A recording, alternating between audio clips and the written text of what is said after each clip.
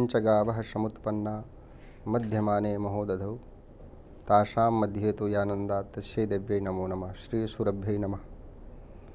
गोशुमात्रा न विद्यते। वेद भगवान, वेद की एक श्रुति वाक्य है, वेद वाक्य है, गोशुमात्रा न विद्यते।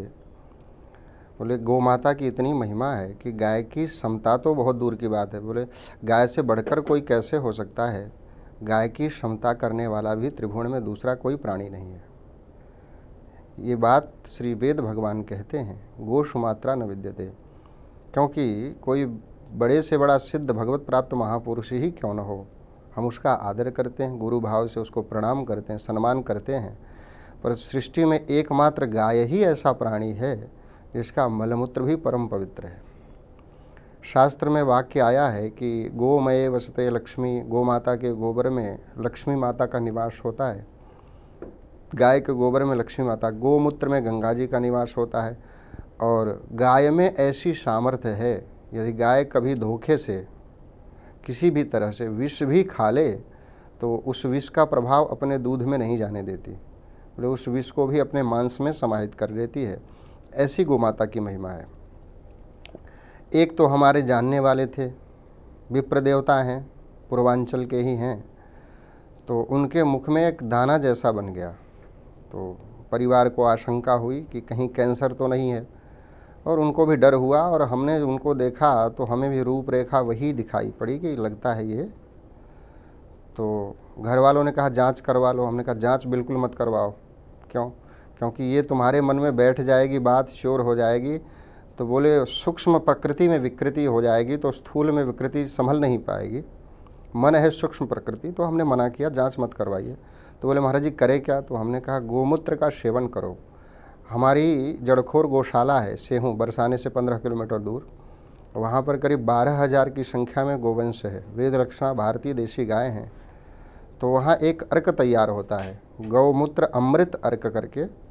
तो हमने उनसे कहा 50 ग्राम सुबह 50 ग्राम शाम गोमूत्र अर्क का सेवन करिए।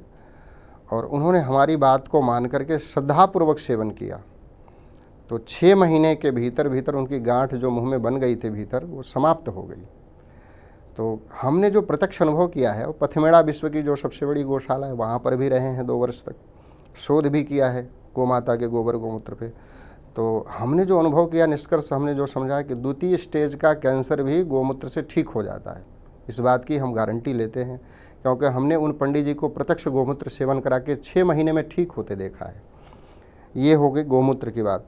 गोबर, गाय के गोबर में श्री लक्ष्मी जी का वास है। सुरभि मैया जब प्रकट हुई, भगवान ने कहा भाई सभी देवी देवता अपना अपना स्थान ग्रहण करो। तो सब देवता भाग भाग के आए, गौ माता के अंग प्रत्यंगों में विराजे। पर श्री लक्ष्मी माता को अपना गर्व था कि हम क्यों जाएं, दुनिया हमको चाहती है, सब टुकटकी लगा के हमारी ओर देखते हैं। तो लक्ष्मी मैया विलंब से आई। लक्ष्मी माता ने देखा कि सब ने स्थान ग्रहण कर लिया, मैं अकेले ही बची हूँ। तो लक्ष्मी माता ने कहा हे गौ माता, मुझे भी स्थान दीजिए। तो गौ माता ने कहा अब सीट रिजर्व हो गई, अब आपके लिए स्थान बचा नहीं है। तो लक्ष्मी माता को बड़ी लज्जा आई कि वाले सबको स्थान मिलेगा गौ माता में, मुझे नहीं मिलेगा। बोले कुछ भी करके कोई स्थान दे दो हमको, कैसा भी दे दो, मैं तो रहूँगी। तो गौ माता ने कहा अब गोबर बचा है, गोबर में रहना चाहो तो रहो। तो लक्ष्मी माता ने सहर्ष स्वीकार करके, जिन लक्ष्मी माता का कृपा कटाक्ष त्रिभुवन चाहता है, देवता यक्ष दानव गंधर्व किन्नर सभी चाहते हैं, वो लक्ष्मी माता गैया के गोबर में बसती है। इतनी गाय की महिमा है। गोशुमात्रा न विद्यते। और महाराज गोमूत्र में गंगा जी का वास, गोमूत्र का चमत्कार हमने बताया। आज बड़े दुर्भाग्य की बात है कि प्रतिदिन लाखों की संख्या में गोकशी हो रही है। कहाँ? बोले भारतवर्ष, धर्म प्राण भारतवर्ष में गोहत्या हो रही है। इससे बड़ा दुर्भाग्य हम सनातनियों का और कुछ नहीं हो सकता। इसलिए तनमन प्राण से सबको एक मत हो करके, एक मंच पर आकर के गाय की रक्षा के लिए जो कुछ भी कर सकता है उसे करना चाहिए। क्योंकि गाय ही नहीं रहेगी तो बोले सनातन कहाँ से रहेगा, गाय नहीं रहेगी तो बोले हिंदुत्व कहाँ से रहेगा, गाय नहीं रहेगी तो बोले मानवता समाप्त हो जाएगी। क्योंकि विचारों की शुद्धि बहुत आवश्यक है। पशु में और मनुष्य में, राक्षस में, देवता में अंतर क्या होता है? बोले विचारों का अंतर होता है। राक्षसों का विचार जो होता है हम सुखी हों, हमें अपने खुद को सुखी करने के लिए किसी का गला भी काटना पड़े तो कोई संकोच नहीं, खुद के आनंद के लिए, उल्लास के लिए किसी का भारी से भारी नुकसान करना पड़े तो कोई फ़र्क नहीं। ये क्या, ये बोले राक्षसी प्रकृति है। और देव प्रकृति क्या है? बोले देव प्रकृति है, बोले सर्वे भवन्तु सुखिनः सर्वे सन्तु निरामयाः, सब सुखी हों, सब निरोग हो, सबकी प्रसन्नता में हमारी भी प्रसन्नता है। ये देव, ये सात्विक, ये वैचारिक अंतर होता है, बाकी शरीर तो सबका एक जैसा होता है। बोले कौन देवता कौन राक्षस, इसका निर्धारण, इसका निश्चय कैसे? बोले उसके विचारों से होता है। और विचारों की शुद्धि के लिए बोले आहार शुद्ध होना परम आवश्यक है।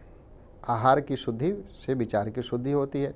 आहार शुद्धौ सत्व शुद्धि, सत्व शुद्धौ ध्रुव स्मृति। आहार की शुद्धि परम आवश्यक। और आहार की शुद्धि कैसे होगी? बोले बिना गो गव्यों के आहार की शुद्धि संभव ही नहीं है।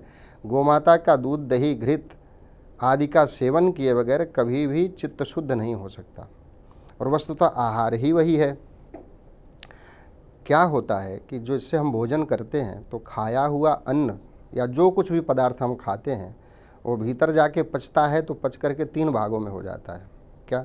बोले खाए हुए पदार्थ का स्थूल भाग मल के रूप से निकल जाता है।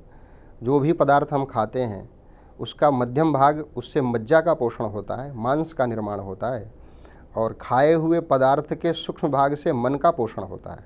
2 दिन भोजन नहीं मिले तो बोले अब मन ही, दिमाग ही नहीं काम कर रहा है। बोले मन भी भोजन से बनता है। इसलिए आहार की शुद्धि परम परम आवश्यक है। पिए हुए जल के भी 3 भाग होते हैं पचने के बाद। स्थूल भाग मूत्र रूप से निकल जाता है, मध्यम भाग निरंतर रक्त पंप होता है तो रक्त में मिल जाता है पच करके, क्योंकि रक्त पतला बना रहे, गाढ़ा न हो। और बोले पिए हुए जल के सूक्ष्म भाग से वाक, तेजस, वाणी का निर्माण होता है। तो बोले जल नहीं मिले 2 दिन तो बोले गला चिपक जाएगा, आवाज़ नहीं निकलेगी। ये आहार की शुद्धि परम परम आवश्यक है। आहार की शुद्धि बिना गौ माता की सेवा के हो नहीं सकती, बिना गो गव्यों के सेवन के हो नहीं सकती। आज कहना चाहिए, समझना चाहिए सनातन समाज को कि 1 किलो घी की कीमत कितनी है। बोले ईमानदारी से 1 किलो घी तैयार किया जाए तो 1000 रुपये कम से कम उसकी कीमत ठहरती है। पर बाज़ार में हमको 300 रुपये, 350 रुपये किलो घी मिल जा रहा है। कैसे मिल जा रहा है भाई? घी की कंपनी में काम करने वाले एक व्यक्ति ने हमसे बताया, जो हमसे जुड़े हैं। उन्होंने कहा महाराज जी, पहले तो घी में चर्बी मिलाई जाती थी मात्रा बढ़ाने के लिए, और अब महाराज जी चर्बी को ही घी बना दिया जाता है। मैंने कहा ये कैसे? आश्चर्य की बात है। उन्होंने कहा महाराज जी घी का एसेंस डाल करके। हमने कहा कितना डालते हैं? बोले 1 किलो चर्बी में 1 बूंद एसेंस काफ़ी है।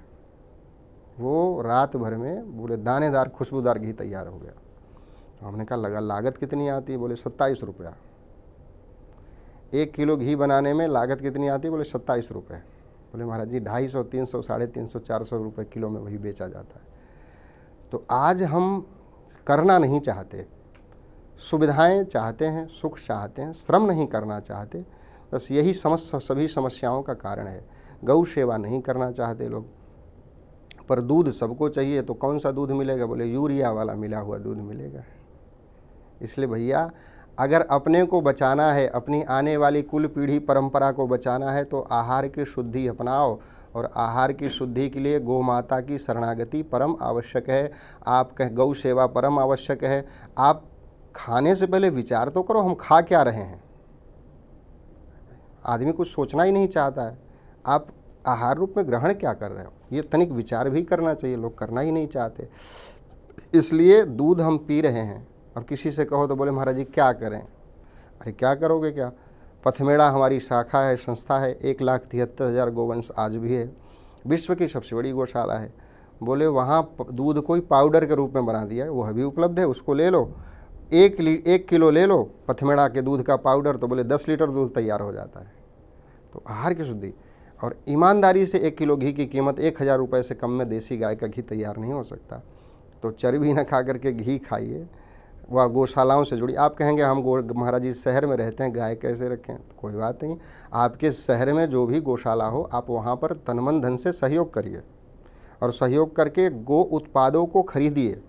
आप बाज़ार की बड़ी बड़ी कंपनियों की चीज़ें खरीदते हैं, बोले गौशालाओं से जो प्रोडक्ट होते हैं, साबुन, तेल, शैम्पू, फिनाइल, सब कुछ बनने लग गया है। बोले गौशालाओं से खरीदे, इसके माध्यम से गौ माता की सेवा होगी। गाय के लिए अर्थ भी आपके द्वारा जाएगा। तो गो गव्यों को खरीदना भी गाय की सेवा है। और ईमानदारी से बात कहें गाय बचेगी तो राष्ट्र बचेगा, गाय बचेगी तो मानवता बचेगी, क्योंकि विचारों का ही अंतर है दानव और मानव में।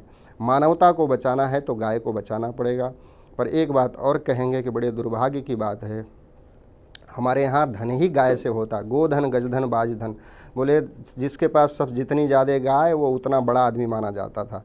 पर आज हमारे भारत के लोग गाय किसे कहते हैं ये तक नहीं जानते। बोले गाय किसे कहते हैं? किसी भी वस्तु, व्यक्ति अथवा पदार्थ के विषय में वेद ही परम परम प्रमाण है। वेद कहते हैं गलकम्बलत्वम गोत्वम अथवा शासनादिमत्वम गोत्वम। बोले गाय का लक्षण क्या है? गाय किसे कहेंगे? तो वेद भगवान कहते हैं जिसके पीठ पर शिवलिंग जैसी आकृति हो, बोले गले में कंबल जैसा खूब ढीला लटकता हुआ हो, बोले वो देशी गाय है। अब क्रांति के नाम पर बहुत बड़ा षड्यंत्र हुआ, श्वेत क्रांति के नाम से। बोले हमारे समस्त गोवंश को विकृत किया जा रहा है बहुत तेज़ी से, वर्ण संकर किया जा, दूध के लालच में। बोले सूअर और वृषभ के सीमन को मिला करके कृत्रिम गर्भाधान होता है, तो उससे एक प्रजाति पैदा होती है जिसका नाम है हेलोस्टोन फ्रिजीशियन जर्सी। बोले इनसे क्रॉस होने से दूध की मात्रा तो बढ़ जाती है पर गुणवत्ता घट जाती है। ये संक्षेप में कहेंगे, एक पुस्तक है गूगल पे उपलब्ध है, डेविल इन द मिल्क, दूध में घुसा हुआ असुर, आप लोग उसको पढ़ सकते हैं। उसमें बाकायदे पूरा विवरण है कि जर्सी गाय के दूध से क्या होता है, देसी गाय के दूध से क्या होता है। तो उसमें वैज्ञानिकों ने, डॉक्टरों ने अध्ययन करके बताया कि 1 गिलास गाय का दूध संपूर्ण आहार है। 1 गिलास गाय का दूध पी करके व्यक्ति 100 साल तक जीवित रह सकता है। 24 घंटे में 1 गिलास गाय का दूध भी मिले, जितने प्रोटीन्स, विटामिन, मिनरल्स चाहिए व्यक्ति को, सब 1 गिलास देसी गाय के दूध में होते हैं। पर जर्सी गाय के दूध से क्या होता है? बोले जर्सी गाय के दूध से रोग प्रतिरोधक क्षमता का ह्रास हो जाता है। तो बोले रोगों से लड़ने की जो प्राकृतिक क्षमता है शरीर में वही समाप्त हो जाएगी, तो फिर शरीर रोगों का भंडार बन जाएगा। वैसे ही फिर शुगर, बीपी, डायबिटीज़ सब समस्याएं हो जाएंगी। इसलिए देसी गाय की रक्षा करिए, गाय को पहचानिए, और गाय की रक्षा होना बहुत आवश्यक है। गौ माता की रक्षा से ही भारतवर्ष की नहीं विश्व की समस्त समस्याओं का समाधान होना है। बोलो भक्तिमती गौ माता की, भक्तवत्सल भगवान की। और ये हमारा संतवाणी जो चैनल है, क्या कहें, पूरा परिकर ही बड़ा सत्संगी है और पूज्य संतों की अति विशेष कृपा प्राप्त है। श्री कबीरदास जी, रैदास जी, श्री जगतगुरु भगवान स्वामी रामानंदाचार्य जी महाराज, जिन जगतगुरु भगवान के शिष्य श्री कबीरदास जी हुए, उन कबीरदास जी का भी पूर्ण अनुग्रह इस चैनल को प्राप्त है। अद्भुत कार्य हो रहा है। और भैया कह रहे थे, अभी बात हुई तो महाराज जी हम लोग केवल खर्च बस लेते हैं, हमारा उद्देश्य धन कमाना नहीं है इसके माध्यम से। तो बोले संत की कृपा से, संत के आज्ञा से ही यह चैनल हमने प्रारंभ किया। हमारा उद्देश्य है जन जन तक शुद्ध सनातन विचारधारा को, विशुद्ध सत्संग को जन जन तक पहुंचाना, ये हमारा उद्देश्य है। ऐसे सभी जितने कार्यकर्ता हैं सबको हमारा खूब खूब आशीर्वाद, खूब खूब साधुवाद। ये संतवाणी चैनल ऐसे ही वर्धताम अभिवर्धताम, अभिवृद्धि को प्राप्त होता रहे। और संपूर्ण, अभी तो 100 कुछ देशों में इनका प्रसारण चलता है, और हम भगवान से प्रार्थना करेंगे, वृंदावन बिहारी से, गौ माता से, कि शीघ्र ही भारत के हर देश में ये चैनल हमारा प्रसारित हो, और प्राणी मात्र को, जितने भी सनातनी हैं उनको भी, और जो सनातन धारा में आना चाहिए सबको विशुद्ध सत्संग की प्राप्ति हो। बोले सत्संग के दान से बढ़कर के और दूसरा कोई भगवान को प्रसन्न करने वाला कार्य नहीं है। ये चैनल के द्वारा सत्संग जीवों को प्राप्त हो रहा है। चैनल को भी खूब खूब साधुवाद, खूब खूब आशीर्वाद। जय जय श्री राधे।